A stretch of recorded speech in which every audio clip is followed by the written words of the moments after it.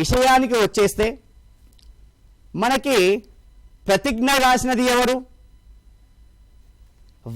మామూలుగా జాతీయ గీతాన్ని రాసింది ఎవరు, జాతీయ గేయాన్ని రాసింది ఎవరు అన్న అంశాలు కూడా మనకి ప్రీవియస్ టెట్ లోపల అడగడం జరిగింది. సరే ఇవన్నీ సిలబస్ లేవు కదా అంటే పాఠ్యపుస్తకాల్లో ఉన్నాయి కాబట్టి ప్రతి ఒక్క అంశాన్ని కూడా దాంతోపాటుగా పాఠ్యపుస్తకం ఉన్న విశేషాంశాలు కూడా సార్ సిలబస్లో ఇవ్వలేదు కదా అని కాదు, మనకి టెక్స్ట్ బుక్లో ఉన్న ప్రతి అంశాన్ని కూడా అడగడానికి ఎగ్జామినర్కి అవకాశం ఉంటుంది. అర్థమైందమ్మా? రైట్. కాబట్టి ముఖ్యాంశాలు విశేషాంశాలు చదవండి, ఆలోచించి చెప్పండి అన్న అంశాలు కూడా మనం చూసుకోవాలి, అది మైండ్లో పెట్టుకోండి. ఓకేనమ్మా? రైట్. దాని తర్వాత మనకి ఇక్కడ విషయం లోపలికి వచ్చేస్తే మొదటిది పఠనావగాహన, గద్యం అండ్ పద్యం కదా. రైట్.